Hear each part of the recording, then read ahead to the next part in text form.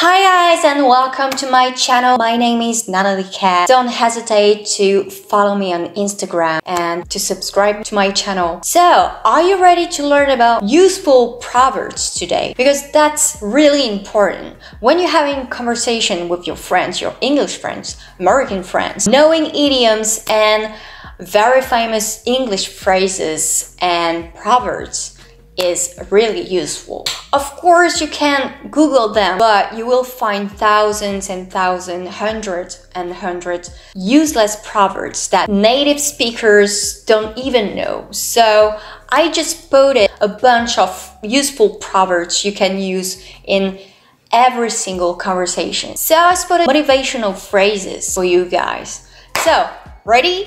Let's go. So these are supportive proverbs you can use every day. So the first one is to kill two birds with one stone.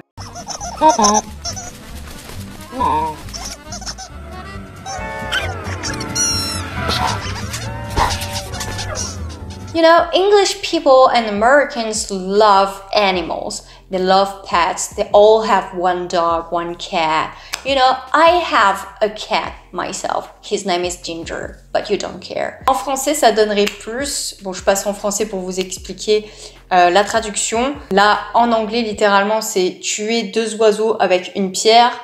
Qu'est-ce que ça donnerait plutôt en français? Ça donnerait... À quoi ça te fait penser? Faire d'une pierre deux coups, très bien. Donc voilà, c'est beaucoup plus imagé et beaucoup plus sympa avec les oiseaux. D'ailleurs, ce n'est pas le seul proverbe qu'ils utilisent avec un animal parce qu'on va en voir d'autres. On va parler de son main predator, le chat, oui. Et en anglais, vous allez voir que le chat n'a pas 7 vies, mais 9 vies. So cat has 9 lives. Le chat a 9 vies. Est-ce que j'ai besoin de plus expliciter? Attention, lorsque vous êtes dans une situation désespérée, desperate situation, pensez à desperate housewives, voilà, pour désespérer, ça ressemble un petit peu au français. On va dire a drowning man, you know, think about water. Drowning man will clutch. Drowning man will clutch at a straw. Donc littéralement, un homme en train de se noyer, drowning man. Vous savez que lorsque vous rajoutez ing, c'est en train de, vous savez, je vous apprends rien, ou peut-être que si. C'était nul, je vais couper au montage. Le clutch. Clutch, c'est agripper, empoigner, s'accrocher. Donc il va s'accrocher à quoi? At a straw. Straw, think about Starbucks. Yeah, Starbucks. The straw. You drink with a straw. Ah, maintenant, il n'y a plus de paille, c'est vrai. Oui, c'est vrai. Écologie oblige. Donc, qu'est-ce que ça sous-entend? C'est, attention, quelqu'un qui est au bord du gouffre va saisir n'importe quelle opportunité, même se cramponner à une paille. A desperate man will take any available opportunity to improve it. To improve, improvement, c'est une amélioration, améliorer, et available. Available, c'est disponible. Par exemple, si vous voulez la dernière console qui est plus en stock, it's not available anymore. Vous voyez? Attention, si vous avez eu beaucoup d'épreuves dans vos vies, on va passer au prochain proverbe. Adversity and loss make a man wise. So, adversity, c'est la même chose qu'en français. And loss, pensez à lost. Lost, c'est perdre. Donc, loss, c'est une perte. Voilà. C'est le nom, donc très souvent en anglais on va prendre un verbe et faire à partir de ce verbe un nom. Donc l'adversité, et ça, will make c'est le fait de transformer, va rendre en fait un homme wise, sage en fait. Et évidemment, plus vous avez d'épreuves, plus vous allez vous assagir, et comme dirait ce bon vieux Nietzsche que je vais faire apparaître à côté de moi pour ne plus être seul dans ce fond blanc, ce qui ne te tue pas te rend plus fort. Folle la guêpe. So for example, after losing money, I know what to avoid. To avoid, c'est éviter. Je sais, après m'être fait arnaquer plein de fois, tu peux savoir, ça va te rendre beaucoup plus sage. Autre expression. A fool and his money are soon parted. A fool, un fou, ça ressemble un petit peu au français, et son argent, ils vont bientôt être partagé. Foolish people, donc les gens qui sont fous, do not know how to hold on to their money. Hold on, ça veut dire attendre, mais aussi c'est comment conserver en fait leur argent. qu'est-ce qu'ils vont faire avec leur argent? Bah, ils sont un petit peu fous, ils vont faire n'importe quoi. Une autre expression qu'on utilise beaucoup en anglais, better late than never. Et on le dit aussi en français, il vaut mieux tard que jamais. Better. Vous vous rappelez, ceux qui ont vu ma fameuse vidéo sur l'accent américain se souviendront de ça. C'est mieux, ça vient de good et du coup, le comparatif va donner better. Better late than. Than, c'est que dans le comparatif. Than never. Never, c'est jamais. Vous avez aussi don't put the cart before the horses. Alors attention, cart, c'est un faux ami en anglais. D'ailleurs, on fera une vidéo sur les faux amis, mais pas aujourd'hui parce que sinon ça va nous prendre trop de temps. Ne mettez pas les chevaux avant la charrette. En fait, nous, on va dire quoi en français? Ne mettez pas, il faut pas mettre la charrue avant les bœufs. Ben, en anglais, très souvent, ils vont utiliser d'autres animaux, mais on a l'impression qu'ils nous ont piqué un petit peu. On dirait qu'ils ont fait comme les tricheurs en classe, qui déforment un petit peu, mais voilà, mais on vous sent les Anglais, vous nous avez piqué nos idées. On va rester dans cet esprit-là avec un autre proverbe, another proverb. Don't put all your eggs in the same basket. C'est pas la basket, ne mets pas tous tes œufs dans...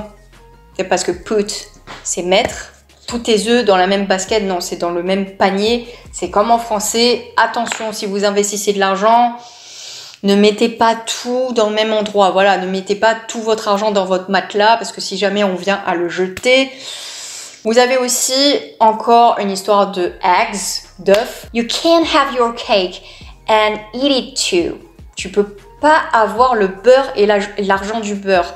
Et en anglais, ça donnera tu peux pas avoir ton gâteau et aussi le manger. Et en français, on va rajouter tu peux pas avoir le beurre, l'argent du beurre et le cul de la crémière.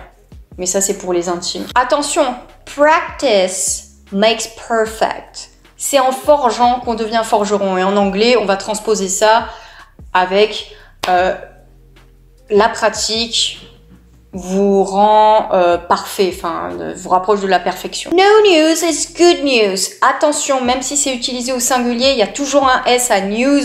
Donc news, attention, c'est des nouvelles, pas de nouvelles, bonnes nouvelles. No news is good news.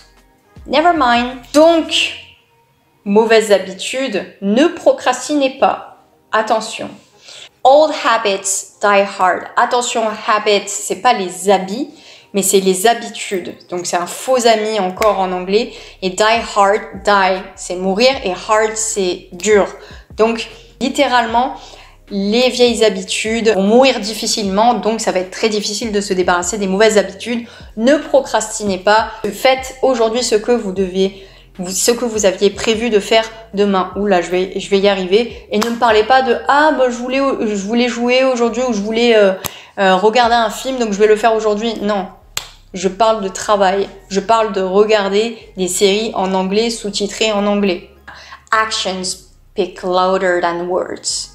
Les actions parlent plus fort, loud c'est fort. Louder, donc vous faites encore un comparatif de supériorité, than words. Ça parle plus, c'est plus éloquent en fait, ça parle plus fort que les mots. Donc encore une fois, si vous faites quelque chose, si vous dites que vous allez faire quelque chose, faites-le, c'est la meilleure preuve.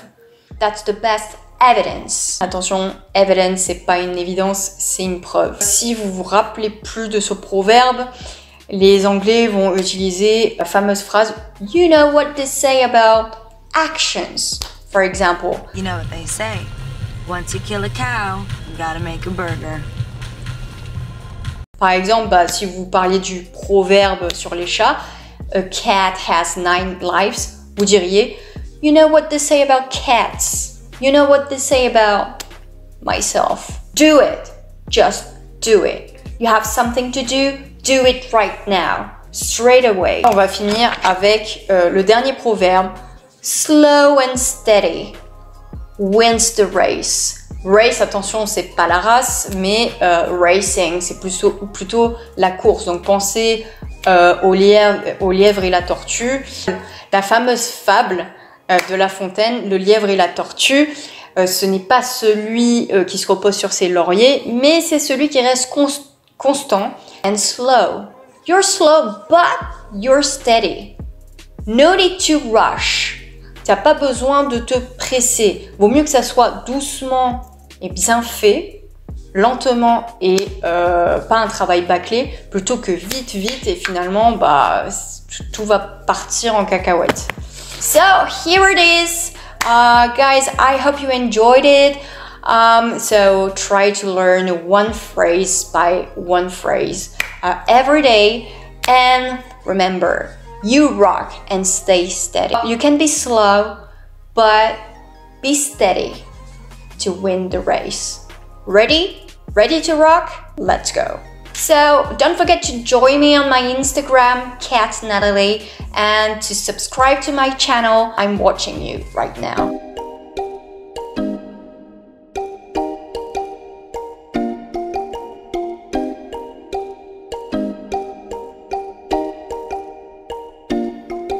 We've been walking through the forest with blood on our hands. We got lost in such a foreign